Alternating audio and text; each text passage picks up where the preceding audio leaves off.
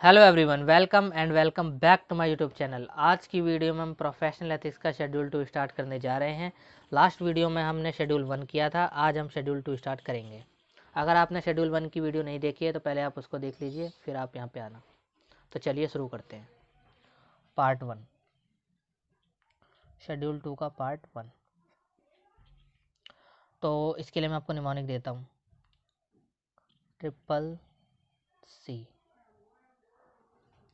Triple C ओ माई God, triple C ओ माई God.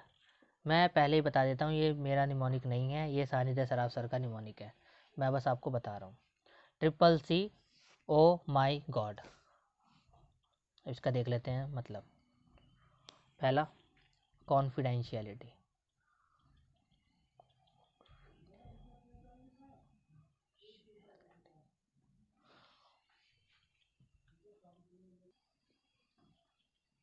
Next,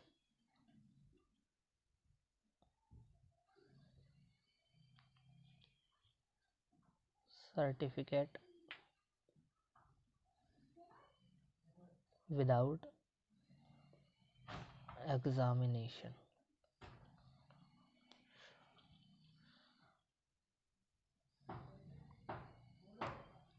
contingent upon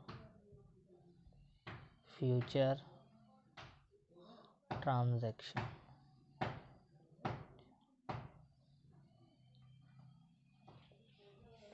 उससे होता है ओपिनियन।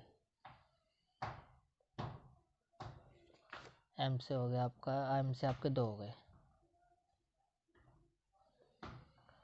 मटेरियल फैक्ट और मटेरियल मिस स्टेटमेंट। और जी से हो गया grossly negligent.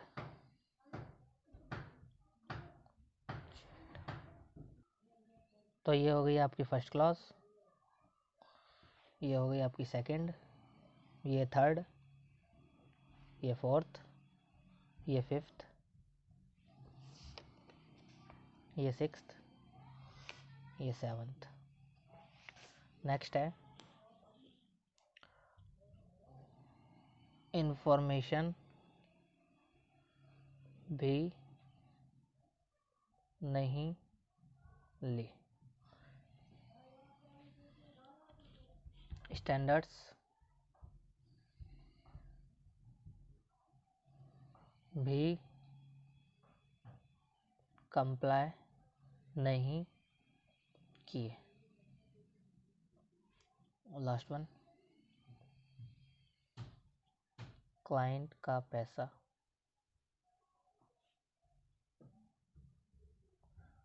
Separate bank account में नहीं डाला। तो ये हो गई आपकी 8th क्लॉज, ये 9th और ये हो गई 10th। तो ये मैंने सारे निमोनिक आपको लिखवा दिए। चलिए 1 बाय 1 समझ लेते हैं क्या होता है। फर्स्ट है कॉन्फिडेंशियलिटी, मतलब जो सी इन प्रैक्टिस है वो अपने क्लाइंट की जो भी इन्फॉर्मेशन है उसको कॉन्फिडेंशियल रखेगा, उसे किसी और को नहीं बता सकता, वो उसको कॉन्फिडेंशियलिटी मेंटेन करनी पड़ेगी। Next, certificate without examination. जो सी इन प्रैक्टिस होता है वो किसी की फाइनेंशियल स्टेटमेंट को एग्जामिन किए बिना अगर उसको सर्टिफाई कर देता है तो वो प्रोफेशनली मिसकंडक्ट हो जाता है, वो गिल्टी हो जाता है। Next, contingent upon future transaction. जो सी इन प्रैक्टिस होता है वो किसी की भी फाइनेंशियल स्टेटमेंट की जो अर्निंग होती है अगर वो किसी फ्यूचर ट्रांजैक्शन पे डिपेंड करती है तो हम उसको सर्टिफाई नहीं कर सकते। मीन्स कि हम उसके जो फ्यूचर में जिसको प्रॉफिट होने वाले हैं हम उसको सर्टिफाई नहीं कर सकते। नेक्स्ट है ओपिनियन, हम किसी भी फाइनेंशियल स्टेटमेंट पे ओपिनियन नहीं दे सकते अगर हमारा उसमें इंटरेस्ट है, हम ऐसी फाइनेंशियल स्टेटमेंट पे ओपिनियन नहीं दे सकते। मटेरियल फैक्ट, जिसका फाइनेंशियल स्टेटमेंट में कोई भी डिस्क्लोज़र नहीं है लेकिन सीए को उसके बारे में पता है और अगर उसने अपनी ऑडिट रिपोर्ट में उसका डिस्क्लोज़र नहीं दिया तो वो गिल्टी हो जाएगा।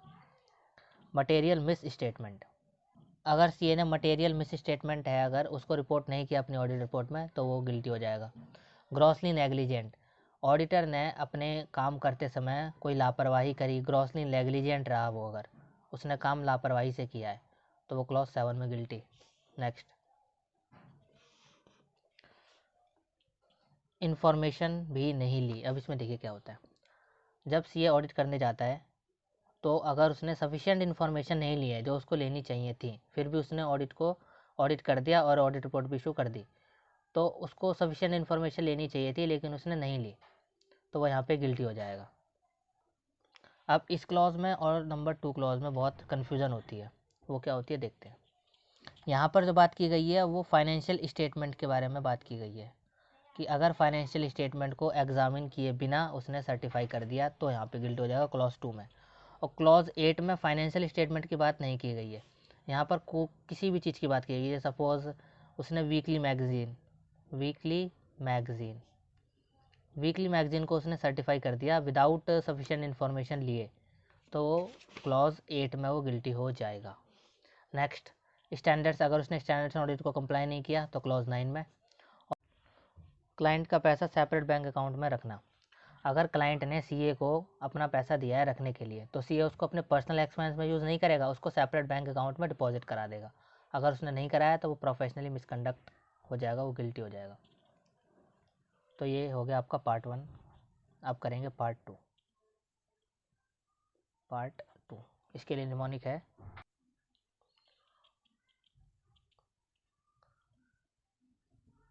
रेगुलेशन तोड़कर डिस्क्लोजर बाय एम्प्लॉय गलत है।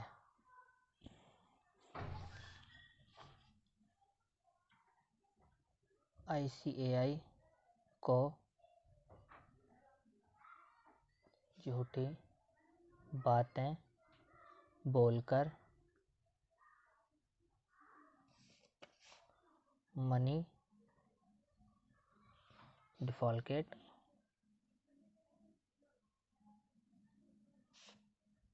ना करें। तो चलिए इसमें देखते हैं। फर्स्ट है आपकी रेगुलेशन, सेकंड है आपकी disclosure by employee, next ICAI, fourth money डिफॉल्केट।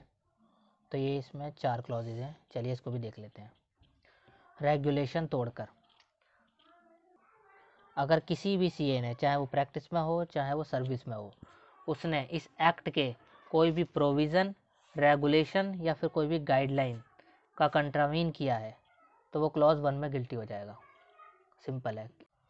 Next है डिस्क्लोजर बाय एम्प्लॉय। अब ये वाली क्लॉज जो है वो सेम टू सेम इसके जैसी है। देखिए, अगर सीए प्रैक्टिस में होता है तो उसके पास ये वाली क्लॉज लगेगी, और अगर सीए सर्विस में है तो उसकी ये वाली क्लॉज लगेगी।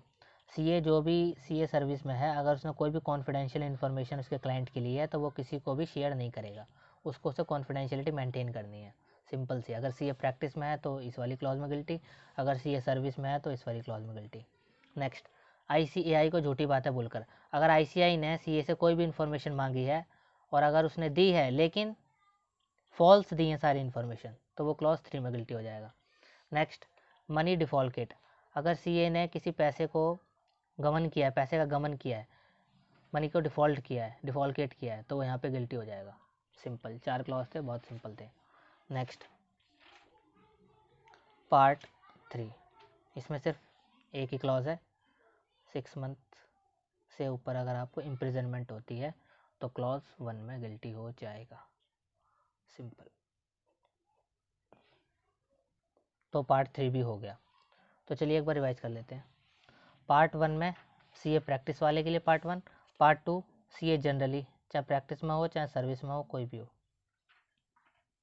तो यहाँ पे क्या है, ट्रिपल सी। आप इसको याद कैसे करोगे, देखो, ट्रिपल सी ओ माई गॉड, ट्रिपल सी ओ माई गॉड, ऐसे आपको याद करना है। ट्रिपल सी ओ माई गॉड, इन्फॉर्मेशन भी नहीं ली, स्टैंडर्ड्स भी कंप्लाई नहीं किए, क्लाइंट का पैसा सेपरेट बैंक अकाउंट में नहीं डाला।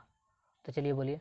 CCC, ओ माई गॉड, इन्फॉर्मेशन भी नहीं ली, स्टैंडर्ड्स भी कंप्लाई नहीं किए और क्लाइंट का पैसा सेपरेट बैंक अकाउंट में नहीं डाला। हो गया याद? एक बार और बोलते हैं।